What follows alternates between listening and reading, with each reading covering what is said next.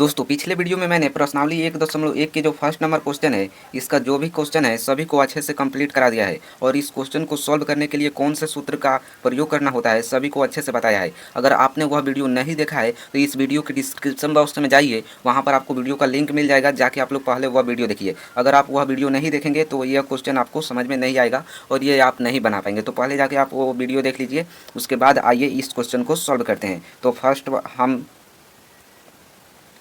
तो दोस्तों पहले वीडियो में तो हम इस क्वेश्चन को सॉल्व कर चुके हैं, 1 नंबर को। अब इस वीडियो में हम 2 नंबर क्वेश्चन को सॉल्व करेंगे। तो चलिए देखते हैं 2 नंबर क्वेश्चन क्या कहता है।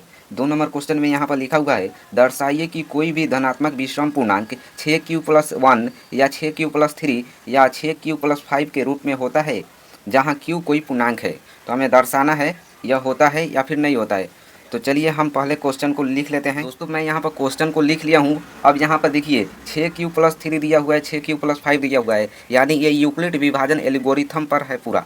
तो यहाँ पर a बराबर 6q+3 दिया हुआ है, तो हम यहाँ पर मान लेंगे a एक विषम पूर्णांक है जो 6 से कम, जो 6 से बड़ा है। ये एक क्या है, विषम पूर्णांक है जो 6 से बड़ा है। 6 हमारा क्या है यहाँ पर b, यहाँ पर b 6 है, उसके बाद q है, तो हमारा b 6 है, यानी कि b किसको कहते हैं, जिससे हम भाग देते हैं उसको b कहते हैं, भाजक को हम b कहते हैं, और a हमारा भाज्य होता है। तो हमेशा b हमारा छोटा होगा भाज्य से, क्या होगा, छोटा होगा। तो जो 6 से बड़ा है, यानी a क्या है, 6 से बड़ा है।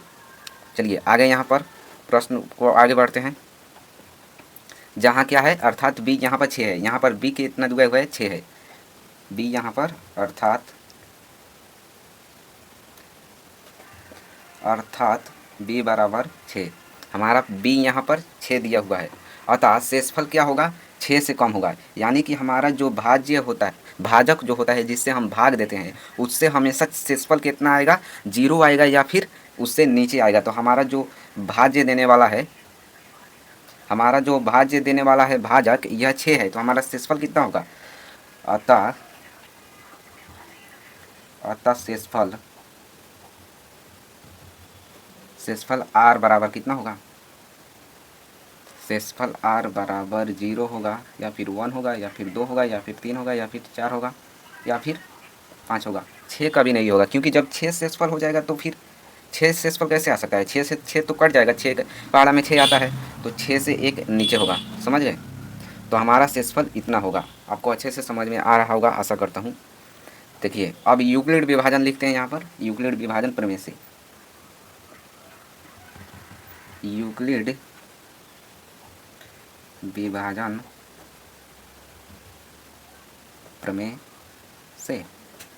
यूक्लिड विभाजन प्रमेय हमारा क्या कहता है, आप लोग वीडियो देख लिए होंगे तो आपको पता है यूक्लिड विभाजन प्रमेय होता है हमारा a बराबर BQ+R होता है, यही होता है। तो a बराबर BQ+R होता है, तो हमारा r कितना है, 1 से 0 से यहाँ से 5 तक है। तो हम सभी को बारी बारी रख के चेक करते हैं। केस नंबर 1 में आइए, केस नंबर 1 में r को हम कितना रखेंगे, r बराबर 0, r को 0 रखते हैं। a बराबर 6 है हमारा b कितना दिया हुआ है, 6q प्लस, यहाँ r के जगह पर 0 रखेंगे, 0 रख दिए। तो हमारा 6 की क्या है, सम संख्या या फिर विषम संख्या है, तो हमारा 6 सम संख्या है।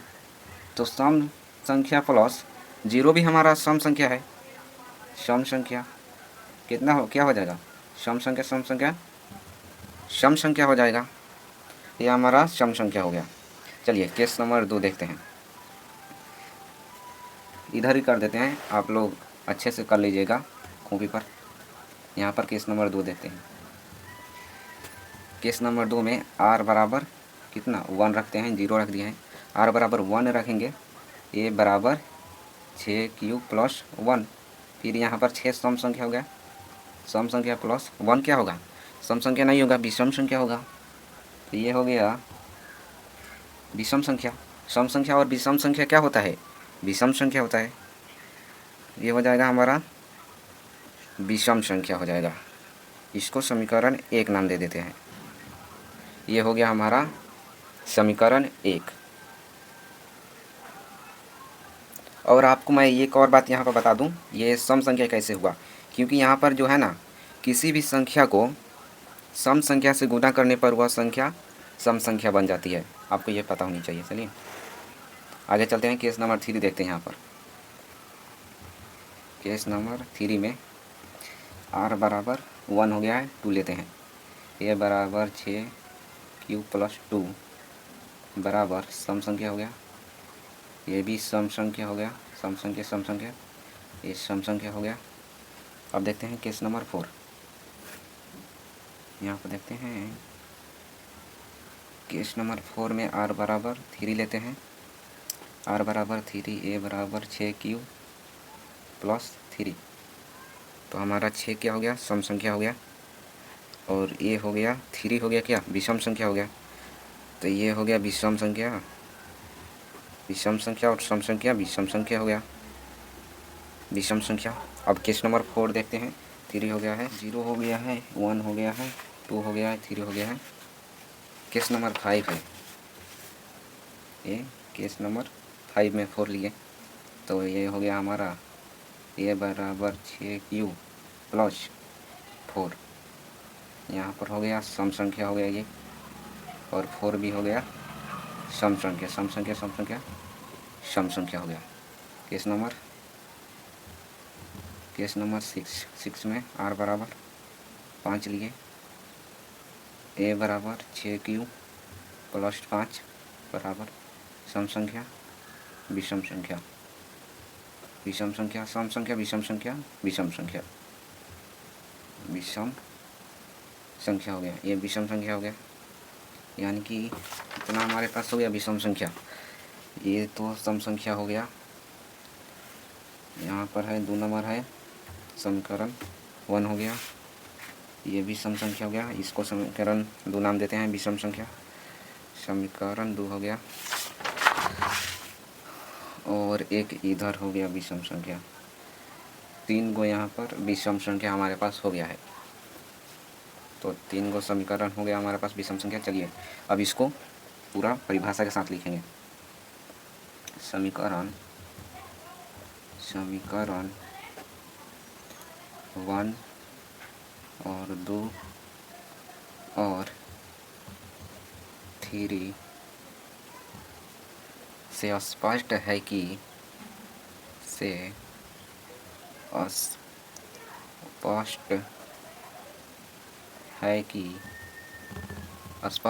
कि सभी धनात्मक विषम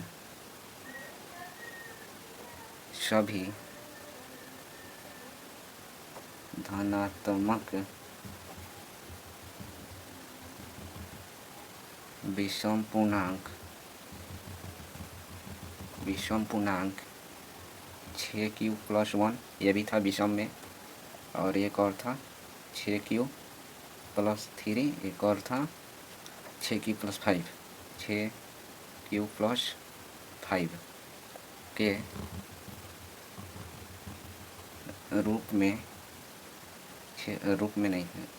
रूप का होता है। समझ में आ गया आपको? समीकरण 1, 2, 3 से स्पष्ट होता है कि जो समीकरण है 1, 2, 3, इससे स्पष्ट होता है कि यह धनात्मक विषम पूर्णांक है। यही हमको स्पष्ट करने के लिए बोला था क्वेश्चन में।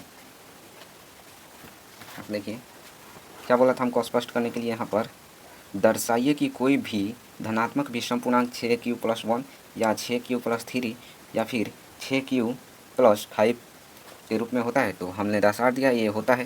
तो ऐसे ही आपको परिभाषा के साथ लिखना है एग्ज़ाम में, तभी आपको एग्जामिनर अच्छा नंबर देगा। यहाँ पर राइटिंग थोड़ा नहीं बैठ रहा है क्योंकि वीडियो बनाने में प्रॉब्लम हो रही है, जिसके कारण राइटिंग नहीं बैठ रहा है। तो इस पर आप मत जाइएगा, और आपको आशा करता हूँ कि मैं आपको सब कुछ अच्छे से समझ में आ गया होगा। एक बार और मैं आपको यहाँ पर समझा देता हूँ। यहाँ पर हम ये माना ए एक विषम पूर्णांक है, जहाँ पर जो 6 से बड़ा है, ए एक विषम पूर्णांक है जो 6 से बड़ा है, यानी 20 से बड़ा हमेशा क्या होता है, ए होता है। एक क्या है, भाज्य है हमारा, तो हमेशा भाजक से बड़ा भाज्य होता है, तभी तो हम छोटे वाले से बड़े वाले में भाग देंगे। तो यहाँ पर अर्थात क्या होगा, हमारा b कितना है, b 6 दिया हुआ है, तो जब b हमारे पास 6 है तो हमारा शेषफल कितना आएगा, 6 से कम आएगा। अतः शेषफल r बराबर 0, 1, 2, 3, 4, 5 4 5 तक ले आएगा शेष पर। उसके बाद हम यूक्लिड विभाजन लगाए, ए बराबर बी की प्लस आर होता है यूक्लिड विभाजन। तो हम सभी को यहाँ पर यूक्लिड विभाजन से सभी को यहाँ पर रख के चेक किए कौन विषम है कौन सम है। तो पता चला हमें ये विषम है ये सम है, जो हमारे पास विषम है उसको हम लिख दिए और परिभाषा के साथ ऐसे आपको लिख देना है एग्जाम में, पूरे के पूरे आपको नंबर मिलेगा। तो अब अगले वीडियो में अगला क्वेश्चन को सॉल्व करेंगे। तब तक के लिए आप पहले वाले वीडियो को जाके देखिए अगर नहीं देखे हैं तो, और कोई भी सवाल हो तो कमेंट कीजिए, और किस टॉपिक पर वीडियो चाहिए उस पर भी कमेंट कीजिए।